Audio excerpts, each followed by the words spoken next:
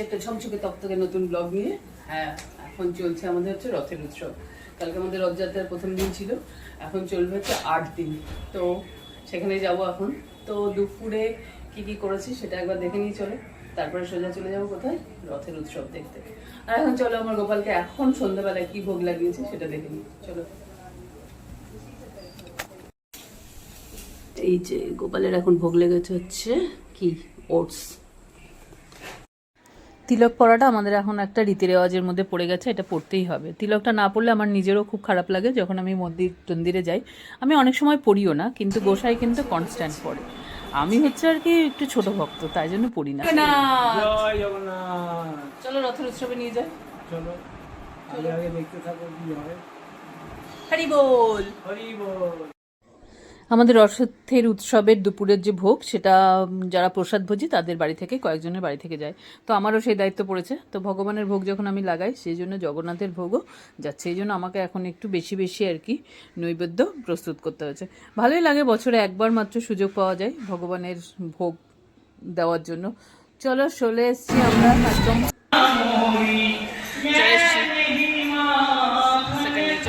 জগন্নাথ দর্শন করিয়ে নিই। बोले भेवेचेन सब लूट के ले जाएगा, तो बुद्धिमान वही है जो पहले से दे देगा, तो कृष्ण छोड़ देगा। পলাইতে পথ নাহি जो মাছে পিছে, এখন সুযোগে বসে আছে। আপনাদের দেওয়া মালাগুলো কৃষ্ণ কি সুন্দর গলায় পড়েছে। আপনাদের কাছে এই 7 দিন সুযোগ আছে নিজে হাতে জগন্নাথকে সাজানোর, নিজে হাতে সারা জগৎকে যিনি দিচ্ছেন। আমাদের জগন্নাথ যেখানে যায় সেখানে কিন্তু একদম হতদরিদ্র মানুষজন থাকে। হতদরিদ্র মানে আবার বলবে যে গরিব, বলছে গরিব নয়, মানে যারা আর কি এই প্রোগ্রামগুলো দেখার মতন সৌভাগ্য হয়তো পায়নি। তো ওই জগন্নাথ যাওয়ার পরে তাদের মধ্যে একটা খুব সুন্দর একটা প্রকাশ এসছে। প্রত্যেকটা মানুষ বাড়ি থেকে চলে আসে, এসে পুরো সন্ধ্যা থেকে রাত পর্যন্ত থাকে।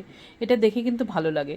আমি এখানে ভয়েস ওভার করছি, কারণ হচ্ছে আমার কপিরাইট লাগতে পারে, এই জন্য আমি ভয়েস ওভার করছি। বিভিন্ন রকমের অনুষ্ঠান থাকে।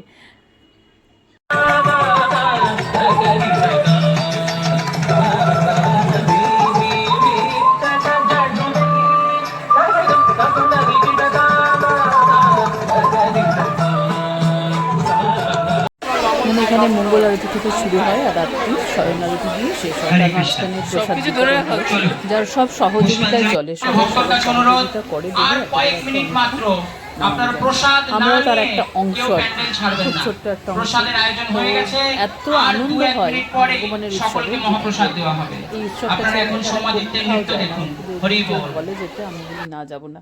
এই জগন্নাথের রূপ আর জগন্নাথের দর্শন করে মানে আলাদাই লাগে। বাচ্চারাও দেখে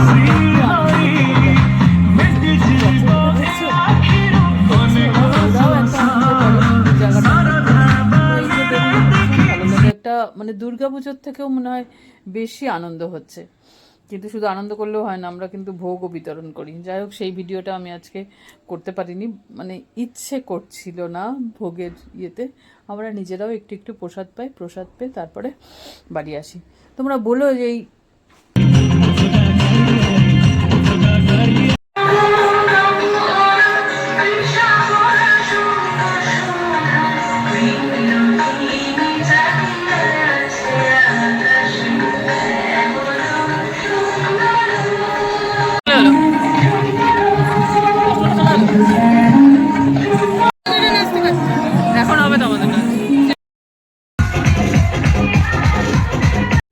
আনন্দটা সবসময় নিজের উপর ডিপেন্ড করে।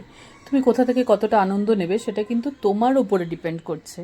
প্রত্যেকটা জিনিসের থেকে তোমাকে আনন্দ নিতে হবে, কারণ পৃথিবীতে বাঁচতে গেলে অনেক অসুবিধা, অনেক সমস্যা নিয়েই আমাদের জীবন।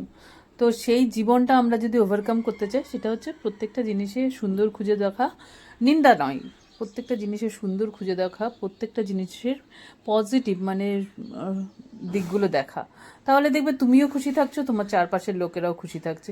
এই যে আমি এখানে যাই, আমি নিজে শুরু করি এইসব নাচ টাচ, তার সঙ্গে দেখো প্রত্যেকটা ব্যক্তি এত আনন্দ করে, মানে বলার মতো না। শুধু এরা না, অনেক বয়স্ক মানুষরাও ভীষণ ভীষণভাবে আর কি এটার সঙ্গে জড়িত আছে। আর একটু তোমার মুখের হাসি দেখে তারা যদি হাসতে পারে তাহলে তোমার এর থেকে ভালো লাগা মনে হয় আমার কিছু হয় না আর কি। তো আমি কিন্তু সেই জন্যই যাই। অনেক বয়স্ক মহিলারা আছে আমার মুখের মধ্যে হাত দিয়ে মানে আদর করে।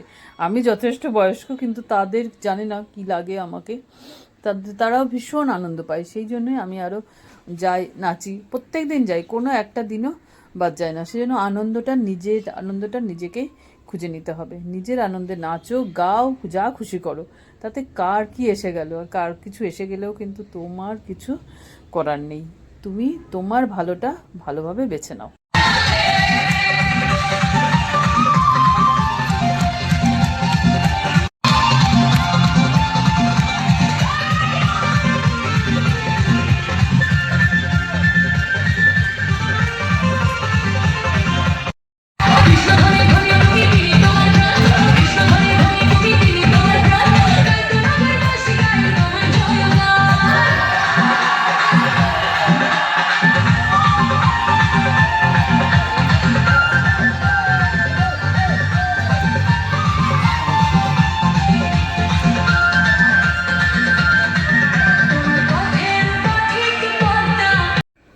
এই ছেলেগুলোকে দেখছি, ওরা ভীষণই বাচ্চা, এদের 15-16 বছর বয়স হবে, কিন্তু এরা এই উৎসবটাই এত আনন্দ